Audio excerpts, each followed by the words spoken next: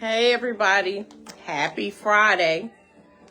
And so we came on to do a live today. I have today has just been a busy day.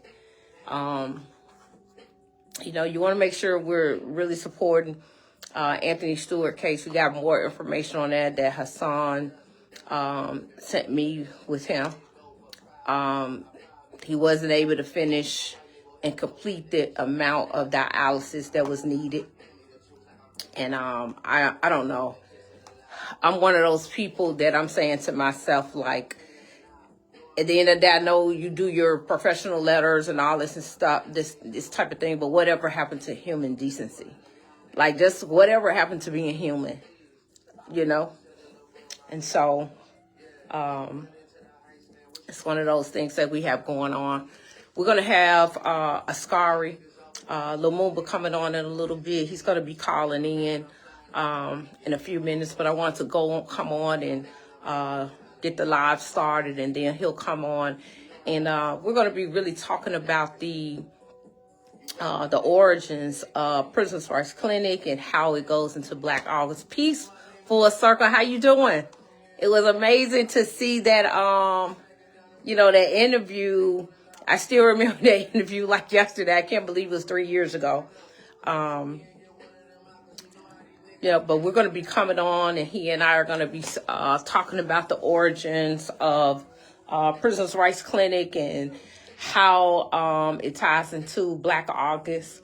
One thing that I've said to Askari is I think people don't really know him as the individual. I think people especially the ones that were incarcerated with him, I think that they got to know a person that really stood for his beliefs. And I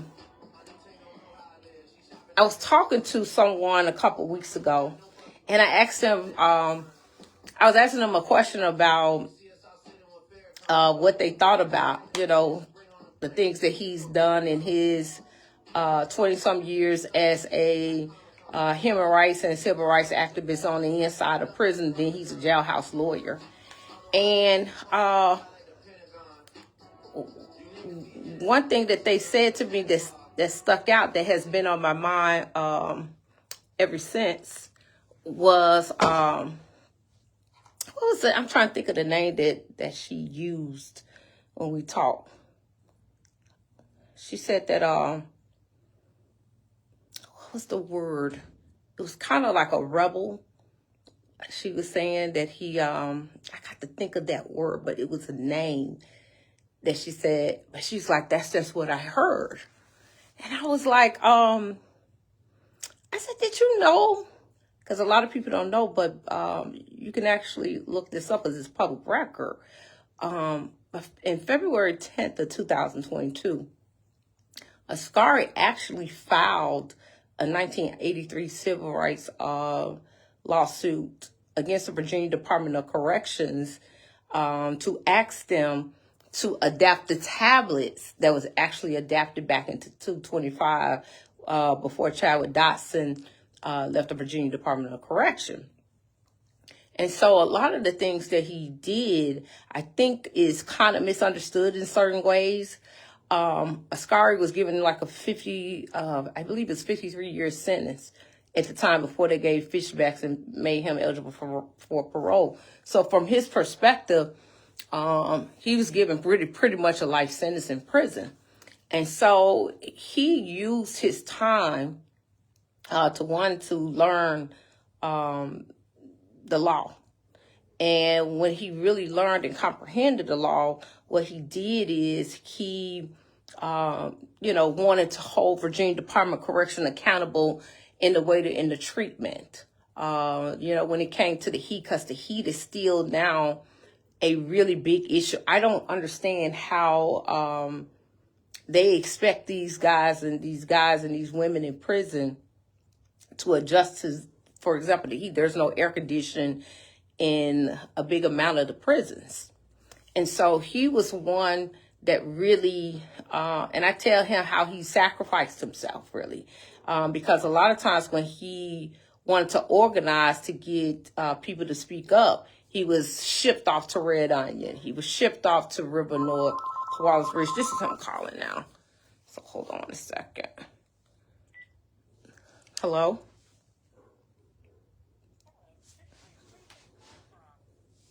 And then I want to put him on speaker once we get the call to come in.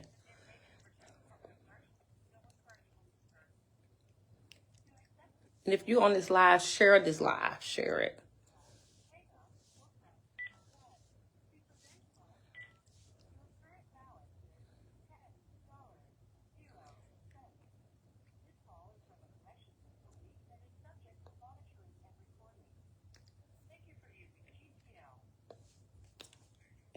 I'm going to put you on speaker right now. I'm already on. All right, so I got Askari on. And before you called, I had already started the live right around 7 o'clock. So about 5 minutes before you called. And so I was just going over with them how we were going to speak about Prisoners' Rights Clinic origins and the how that kind of ties in with Black August. But I did give them a little bit of context of, I was trying to, for some reason, I can't always remember that word. What's the word that I was telling you that somebody I spoke with, they called you? What is it? They said I was a radical. Yeah, they said you were radical. I don't know why my mind completely froze. When I was trying to think of the word, I was like, what is that word?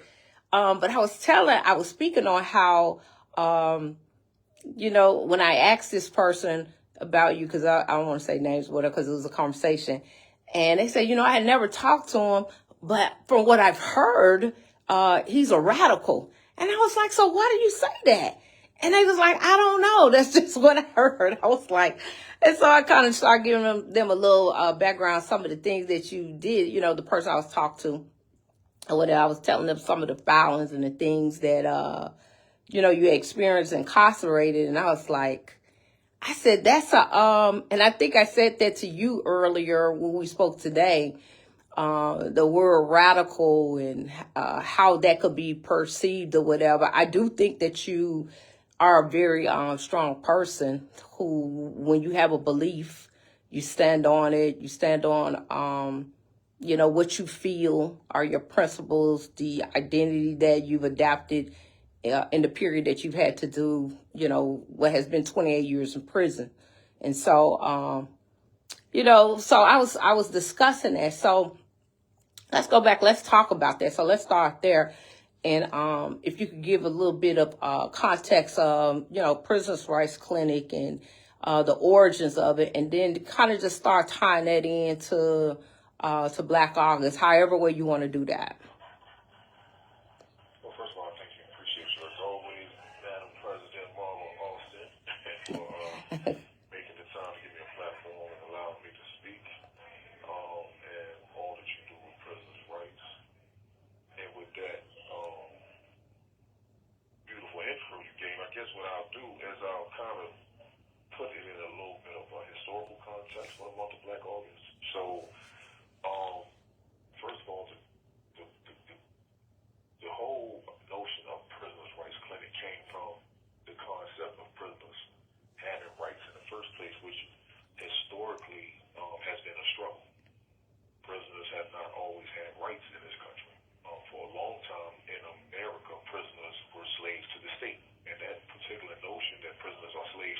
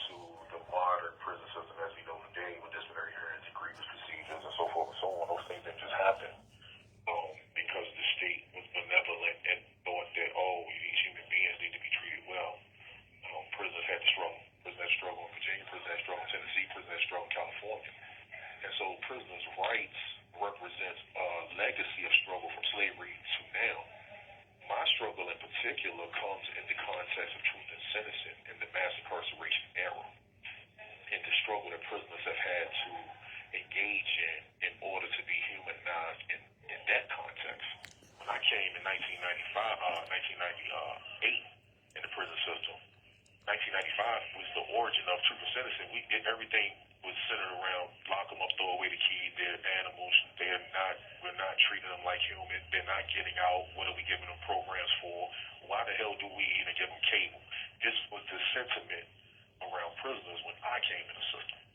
And, you know, I was educated by some brothers who, you know, they looking back in hindsight, they were extremely rare, but I was educated by some brothers who had been politicized because I went to Red Onion and who was in and out of segregation. And I just so happened to meet some kindred spirits who educated me on leftist politics and really got me to start to understand my criminal thinking in the context of oppression, my incarceration in the context of our legacy of oppression. And so that turned me into someone that fought not only for my own freedom, but to educate guys in prison and also to fight for the rights of people in prison, understanding that the system was working very specifically to dehumanize us. And as a result of that, I suffered a lot. And because the system was so harsh, you know, during that period, during the Truth and Citizen era, that particularly made the first 25 years, the behavior modification programming that came from their classification system ultimately caused a lot of guys to be reluctant to challenge the state. So those of us who really was willing to challenge the state, we stood out. And so the people who were actively engaged in a prisoner rights movement at that time was you know, we faced a lot of repression. We faced a lot of oppression, and to our peers, we was you know, we was looked at as radical. Yeah. And the state also defined us as radical. Mm-hmm. And so the notion that we would take the state on, even though it wasn't really done with violence. The state used violence against us. Sometimes we had to defend ourselves, but mostly the state used violence against us. But most of our actions involved nonviolent activity, and yet you were labeled as a radical, as if you were a violent person.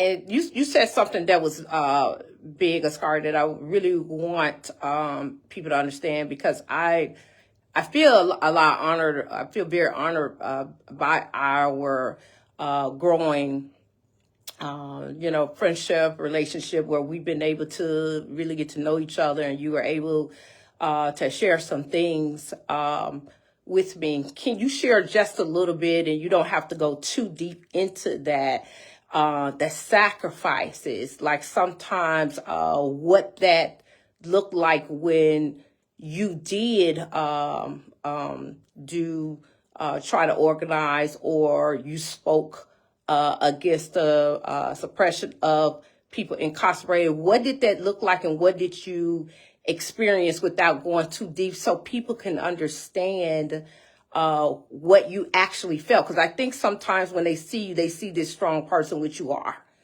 But I'm sure that there were moments where you went through some periods where it was really difficult for you mentally and emotionally. So if you could just talk about that very briefly, just to give them a little bit insight on that.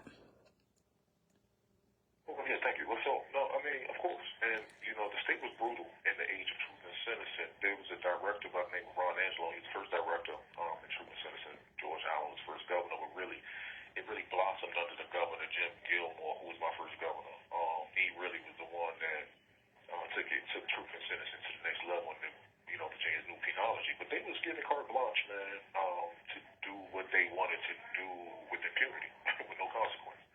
So me personally, I've suffered, like, you know, I've been physically assaulted. I've been starved. I've been bad jacketed, meaning they put false facts in my record and created this narrative about me being somebody who, you know, is criminal-minded, or somebody who's, you know, dangerous, you know, as you say, violent, you know, without any real evidence of that on my record. But they you know, the state creates your record. The state creates the image of you. And, of course, I've been, you know, numerous times and for long periods of time placed in solitary confinement. And so, beyond those things, I've suffered on a personal level because the people who tried to support me have always suffered, particularly my wife for many years. But my father, you know, rest in peace, who was my number one supporter for many years, and really stood by me when I was going through some very hard times. You know, a lot of them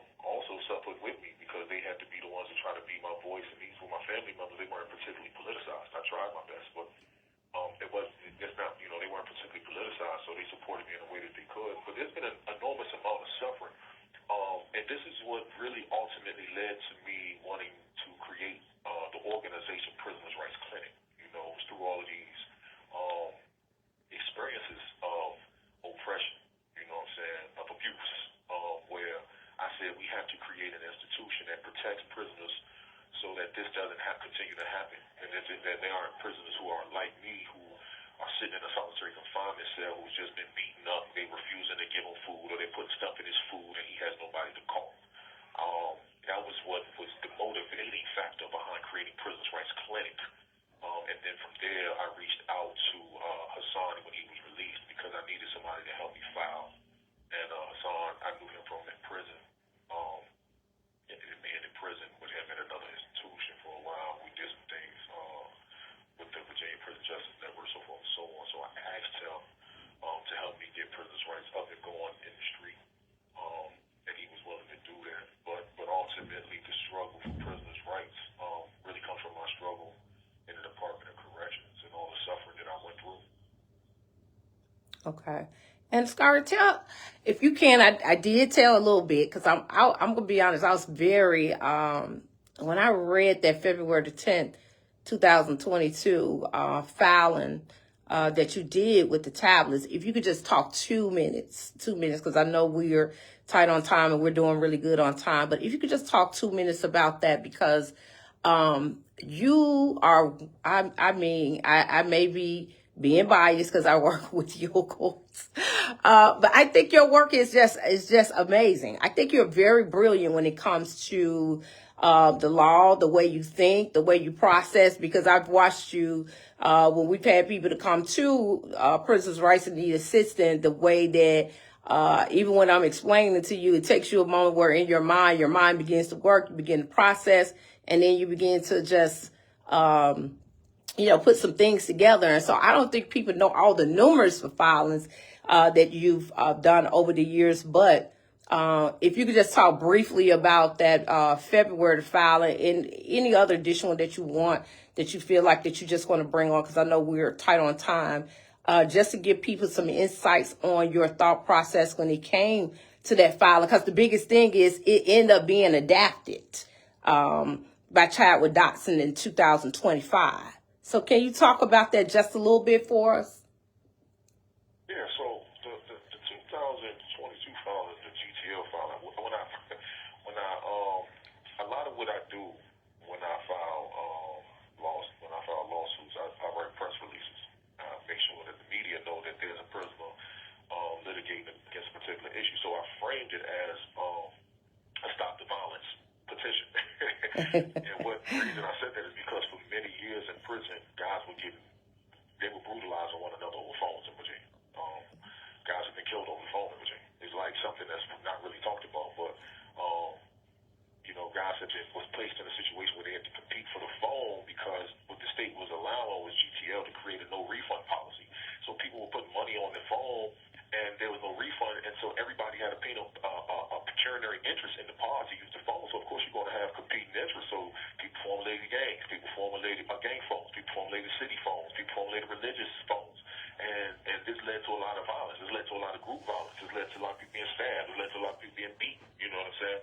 And so I was watching this happen for years, man. I was watching people being repressed, suppressed, not being able to talk to their families for months, you know what I'm saying? Because you're taking guys who you acknowledge have these criminogenic factors with all of your risk assessment tools that you use. You say, well, this person doesn't think well, they need this program and that program and this. But then you leave us all in the pod and say, but figure it out with these phones. And so I looked at it as the state creating violence to be able to justify the creation of 4 super maximum security prisons that they didn't have the prisoners for without the violence. They needed something to be the impetus of violence. So when I started the petition, I thought one of the best ways to end the violence was to be able to get guys access to their phones, as had been done throughout the country. Ironically, Tennessee had did it like 6 years prior to that, and they had been touting how that they had reduced violence by like 80%. So I was making the claim that, we have all these states that are saying, the tablets reduce all this violence. Why is Virginia taking so long to get the tablets? And so I made the argument that the state was being complicit in a cruel and unusual punishment because they were aware. They understood that, guys were being placed at a certain level of risk in trying to use the phone. Some guys who weren't participatory in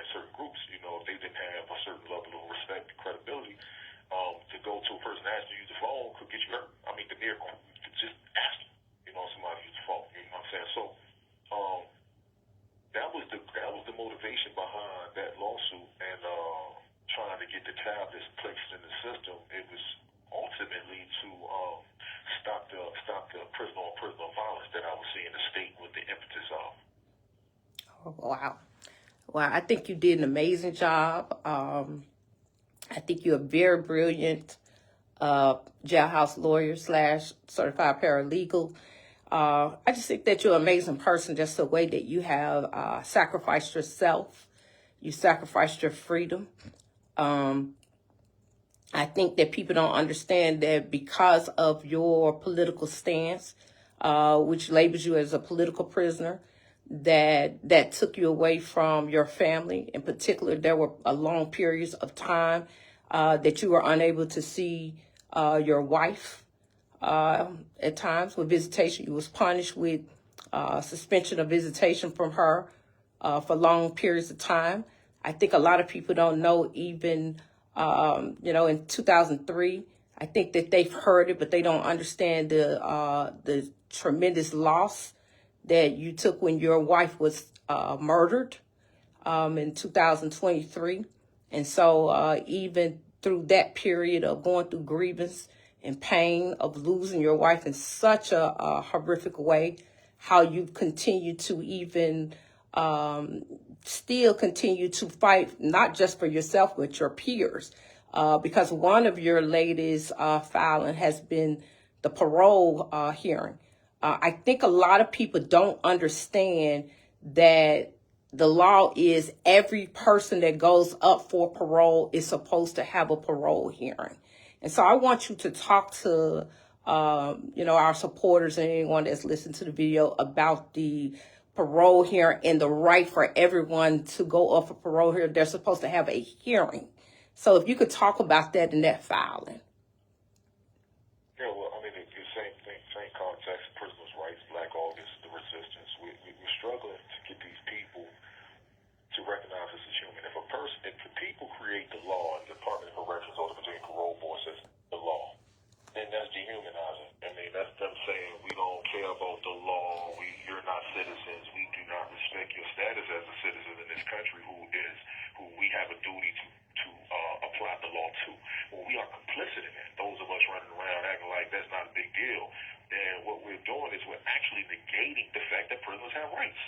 So what I say is, I filed the case for us to get our public records last year. We won that. Prisoners' rights, we won that. And now prisoners have access to their records after, Miarez and West refused to give us our access to our parole records, though the law required.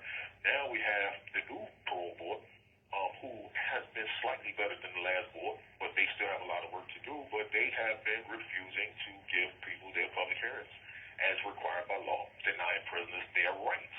Prisoners' Rights Clinic was created very specifically to fight for the rights of prisoners. And in fighting for the rights of prisoners, we fight for human beings. It's a human rights organization ultimately, because you can't hold people accountable to the law, but then you're not accountable to the law yourself. And so when you have 1 minute remaining. What you do is you contradict the entire system. And so that's the motivation behind that. And of course, they need to free Askari. I've been incarcerated much longer than people are for my crime. And so I fight the fight that I fight with the parole board and so on to get justice for my sentence. But I want to say I really would like to call back and maybe do about 5 or 10 more minutes. Okay. I want to talk about, I want to talk a little bit about some of the work that we've been doing collectively. Okay. All right. Okay. So what we're going to do is Askari call has come to an end, but he's going to hang up and call back because there's more information that we want to discuss. So Askari, I'm going to go ahead and disconnect the call. Then I'll continue going until you call back. Okay. So Askari's going to call back momentarily.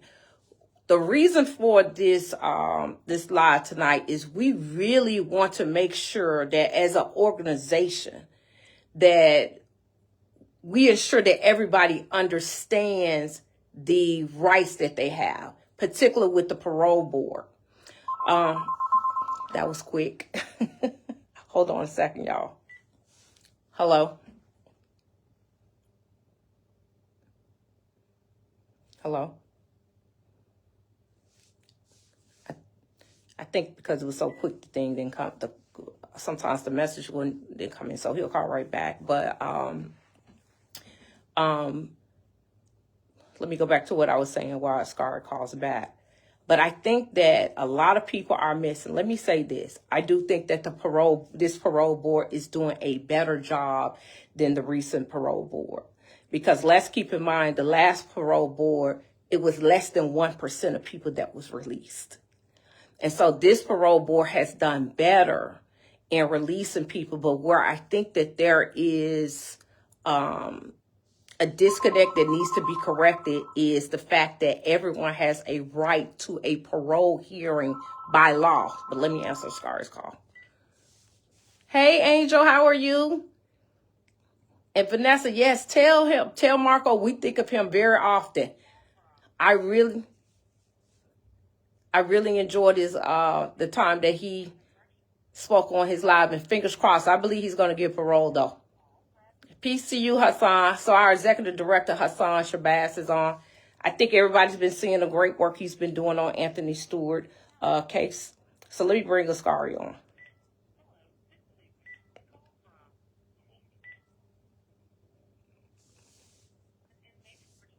I'll tell you, he did zero back. Yeah, he did zero a few times.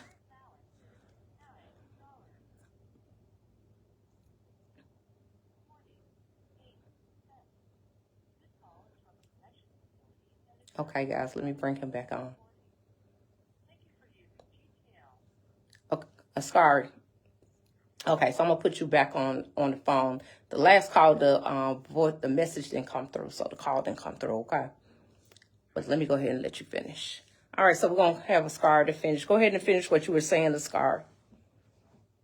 Well, I think, like you asked me before about some of the things that I endured recently, I really wanted to be clear that the Department of Corrections has been working really hard to keep me in prison, since I've been going up for parole. I've had several different framed up charges and people planning things on me. It's you wouldn't believe some of the things that the state has done in an effort to keep me in prison.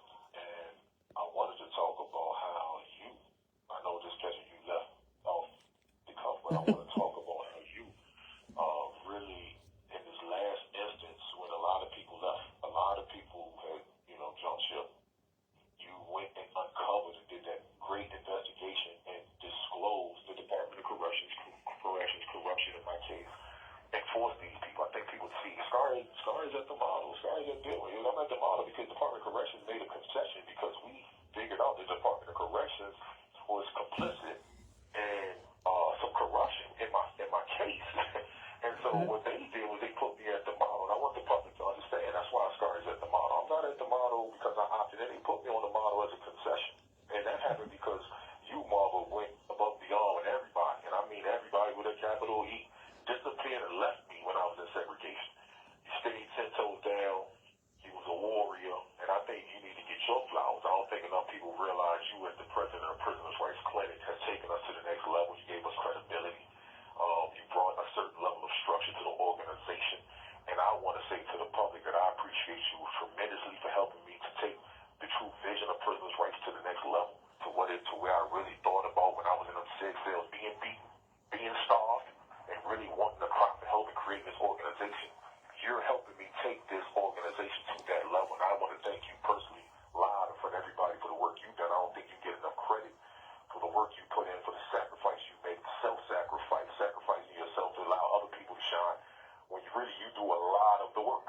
And so I just wanted to say that. I know you wasn't expecting that, but I wanted to say that to you.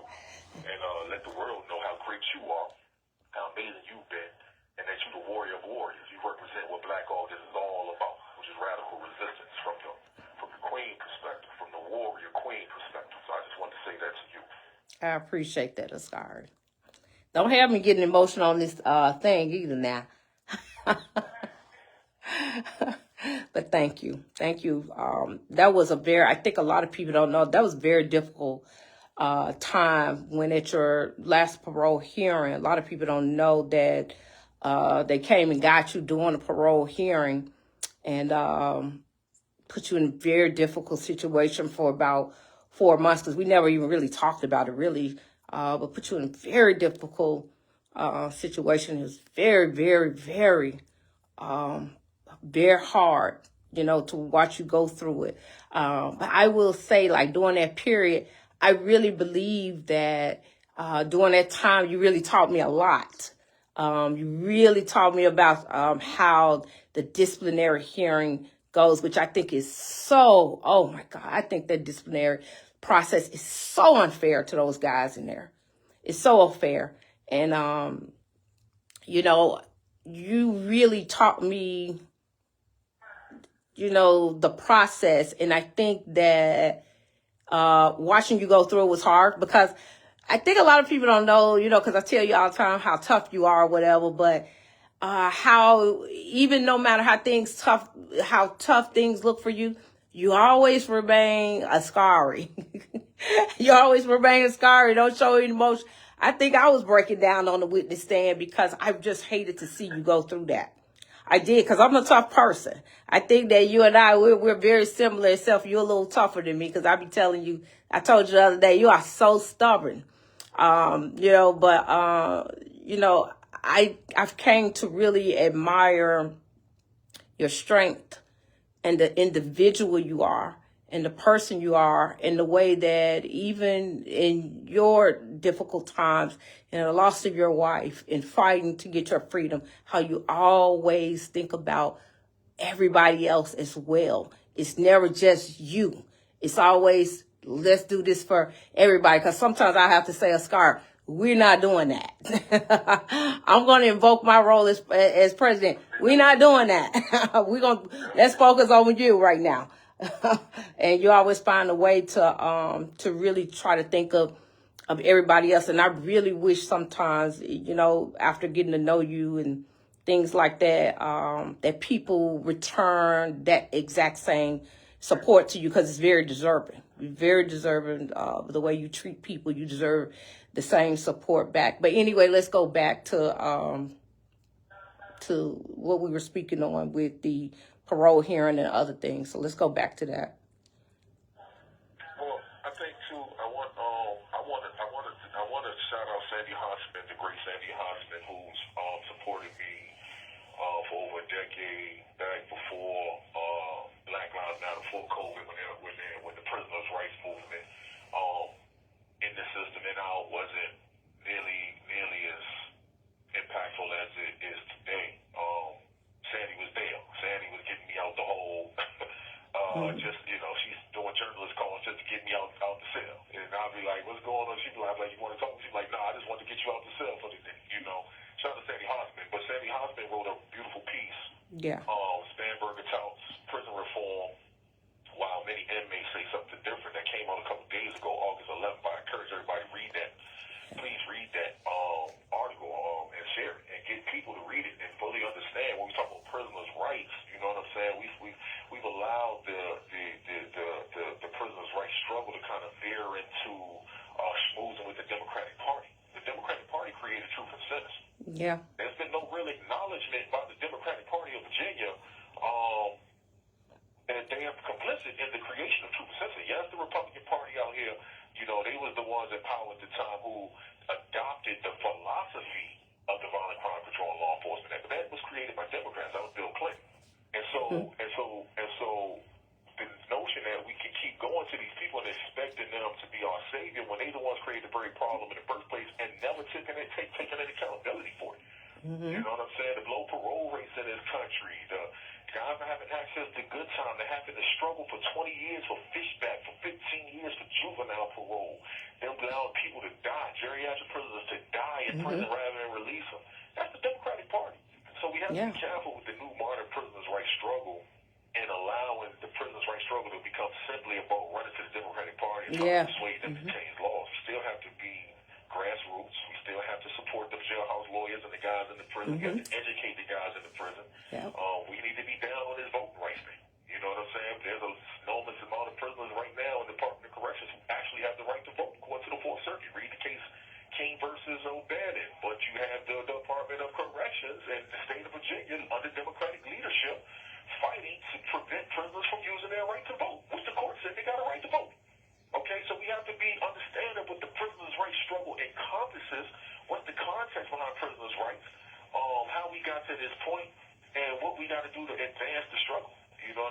only so much we gonna get with Democratic Party politics.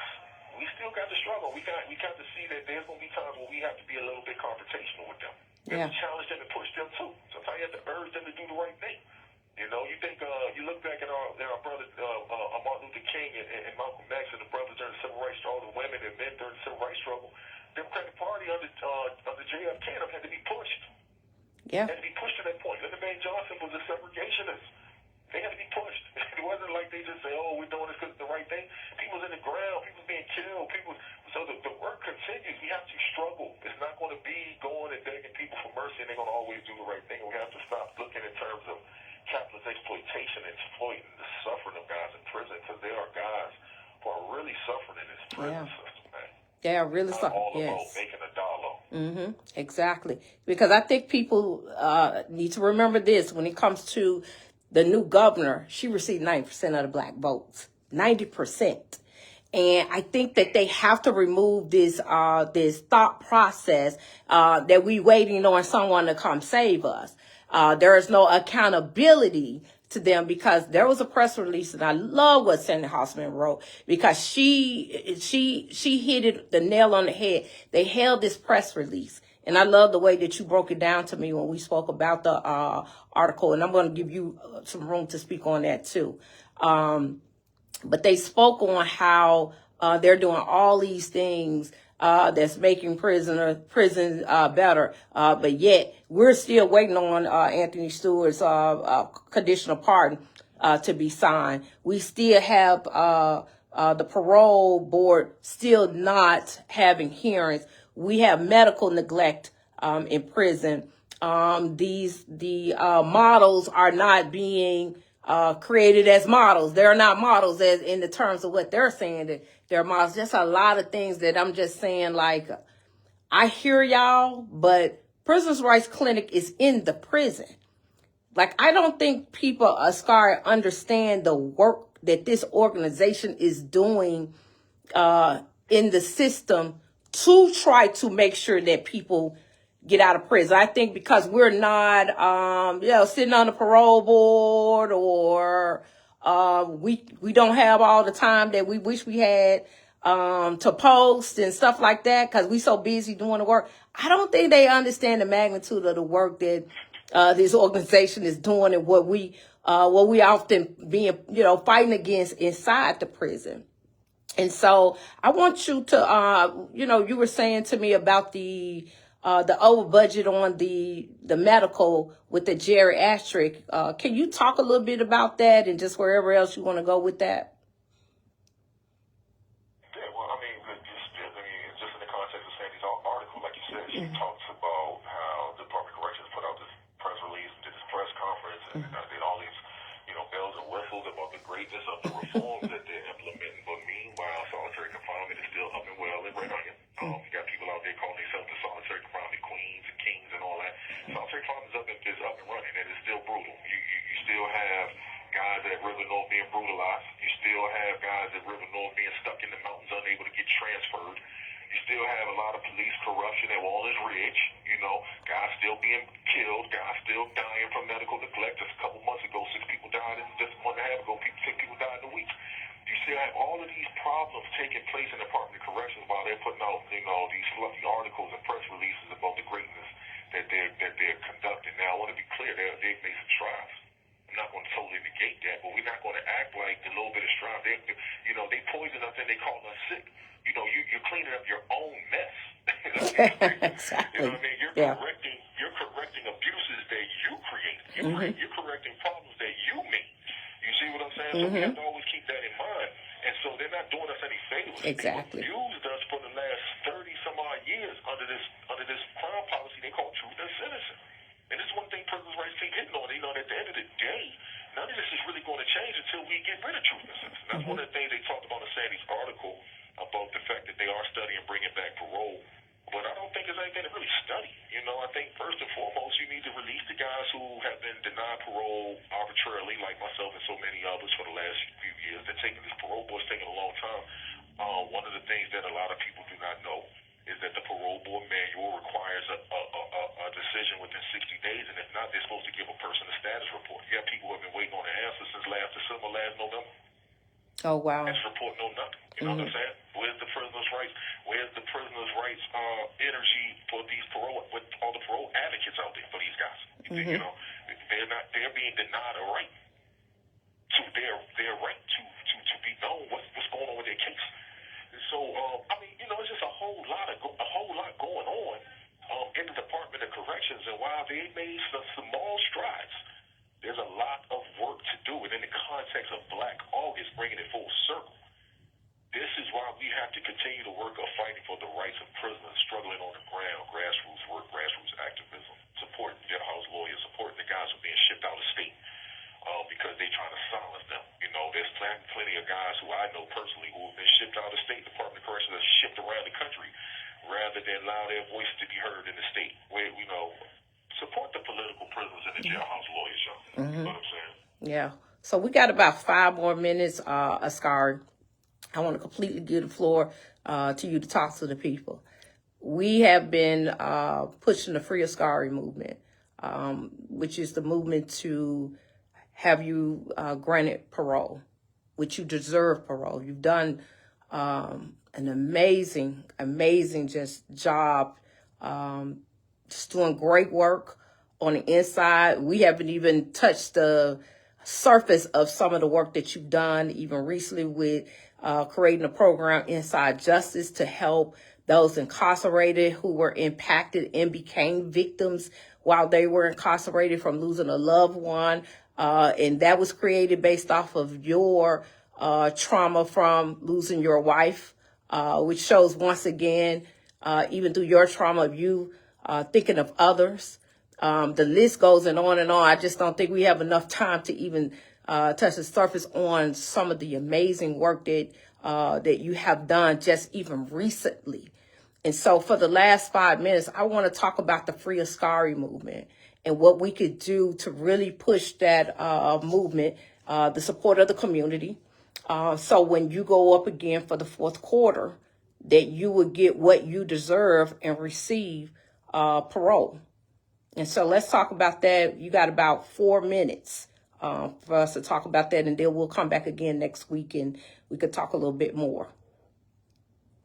Yeah, well, I appreciate that. And I think the Free Askari movement should be seen as a success for the prisoners' rights movement.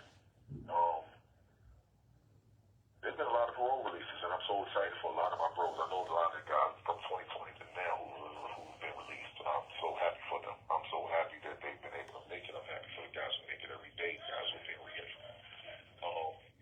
To release guys, certain guys, though, would be a real victory because, again, there are some of us who the Department of Corrections and the state really does not want out. And so, you know, the reason they don't want us out is not because we're bad people. The reason they don't want us out is because we dare to challenge them to treat prisoners as human beings for decades. And they're still continuing to punish us. They're still continuing to retaliate against us. So the Free Askari movement has to be one in which people see, you know, the struggle for civil rights being continued. I'm not trying to over-exaggerate the situation, but ultimately, when you're in here, you would understand why I say that. And it's not just me. There's some other guys, like I say, they're shipping guys around the country that are from Virginia prisoners. There were the prisoners' rights movement over the last 30 years. They just suppressed it. There were groups of us who fought the system and fought for better conditions, and they just suppressed us. So I want that to be understood. I think the way that people can help, first and foremost, we're trying really hard to get them to give me a public hearing. I have a case in court, Lumumba versus West. It was recently amended to Lumumba versus Dion. It's in the Supreme Court of Virginia. We're trying to get the Attorney General to concede the case and essentially give me a public hearing, which is the law. It's not even the law. To give me a public hearing, and I believe I can state my case to the parole board why I should be released. The parole board sent me to the model to remedy the corruption that you uncovered through your investigations. Once again, I want to just the amazing, incredible work you did. You know, magic, black girl magic. I mean, how you figured that whole thing out when a lot of people tied their hands and gave up and wasn't even trying to hear what I was saying when I was like, look, this is illegal. They doing this, they doing that. People like, man, you know, some of my closest guys left me. You were 10 toes, and we proved what I was saying was right and exact. And so what they did was they sent me to the model. Yeah. And so we're saying the Department of Corrections needs to support my release. You know, they need to get behind freeing Askari. And the parole board, we have an appeal in because those charges were dismissed because of the corruption we uncovered. And the parole board, we're asking that they grant my appeal. You know, I'm back to being 8.5 years charge free now because of you. And I think You have 1 minute remaining. by helping us with those two endeavors, getting my appeals granted and getting me in this public hearing. And I think if you want to really get more specifics, how you can help, you know, you hit us at the contacts at prisonrights.org email. Contact you on the messenger. Contact me at Askari at prisonersrightsclinic.org. Or hit me up on Getting Out. And let's do this. Let's free Askari, man, and free Askari. Let's advance the prisoners' rights struggle in the state of Virginia. I appreciate everybody for listening, Marv. I appreciate you so much for all you do. Prison Rights Clinic President, you the best. And I just want to say, free Iran, man. All right. Thank you for using GTL. All right. So they ended the call. And so I'm going to bring this live to an end.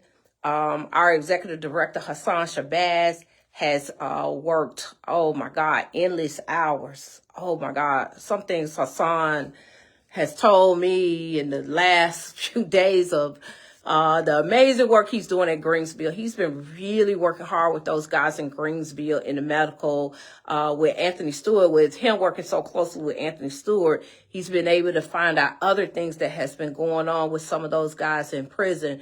And so what he has done on behalf of Prisoners' Rights Clinic is there is a rally against injustice that's going to be held on August the 21st, 2026 at 3 p.m. at the Virginia Department of Correction headquarters.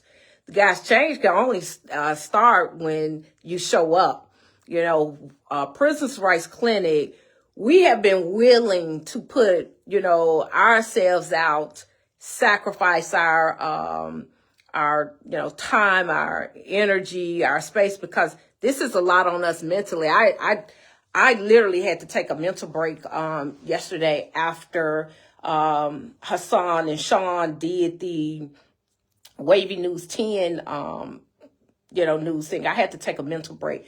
It was so much and so overwhelming when I listened to Hassan and Sean tell me everything that Anthony Stewart has experienced in prison, like having a catheter in his chest.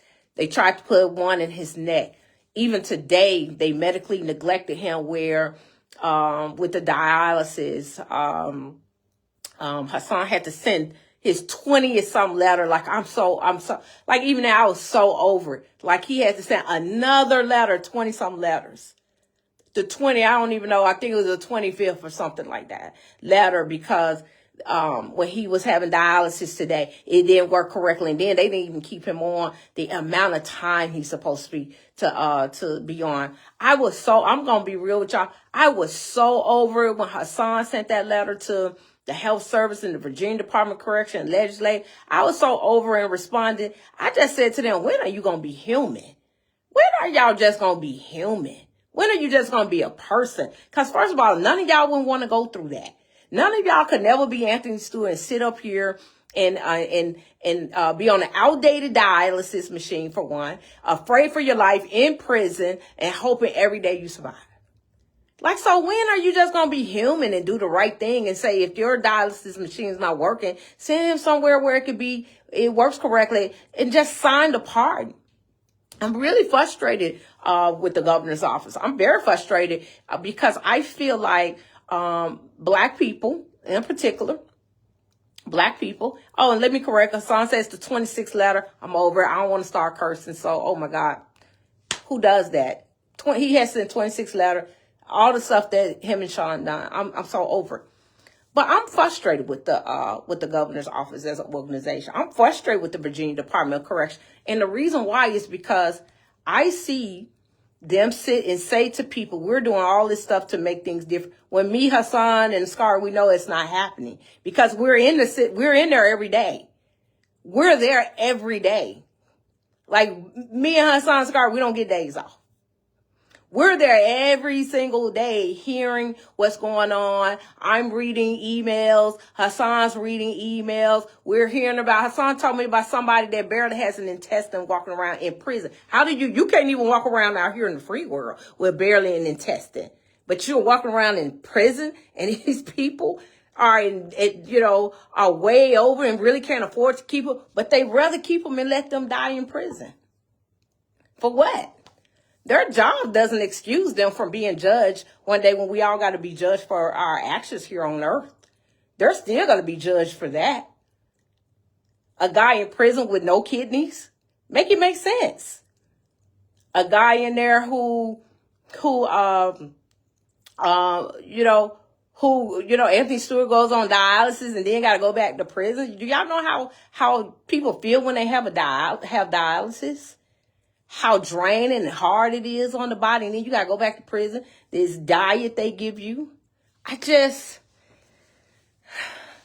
Sometimes my frustration comes from, I expect the people in Virginia Department of Correction and legislators to do what they do. But what my frustration comes is the people not understanding that we have the power to hold them accountable.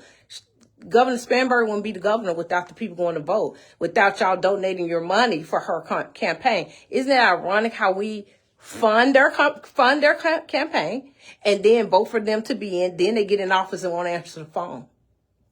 Make that make sense to me. And so I'll end this live saying the power is in the people. We can't complain if you're not doing the work. And Prisoners' Rights Clinic can't do everything for your family without support. That the rally that Hassan is orchestrating and have been sent several emails out, several correspondence, talking to people.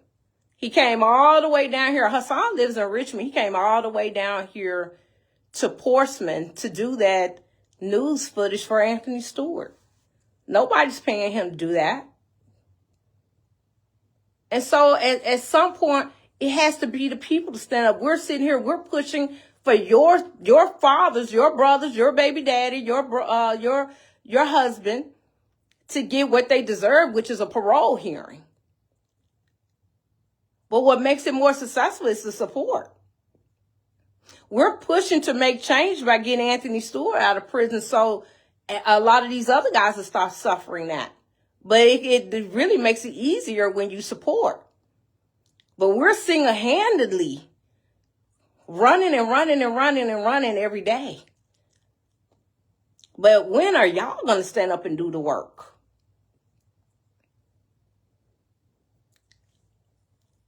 It's only so much. I told Askari, he sacrificed himself enough.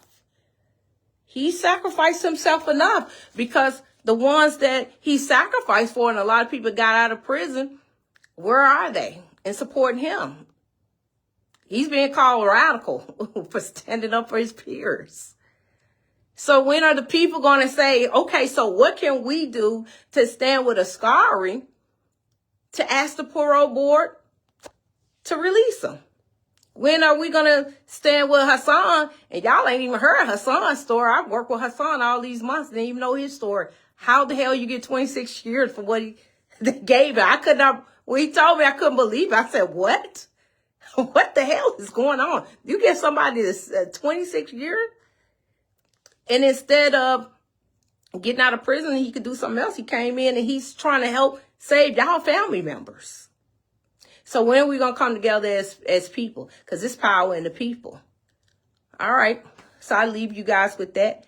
Happy Friday. Thank you, everybody, for your support with Prisoners' Rights Clinic.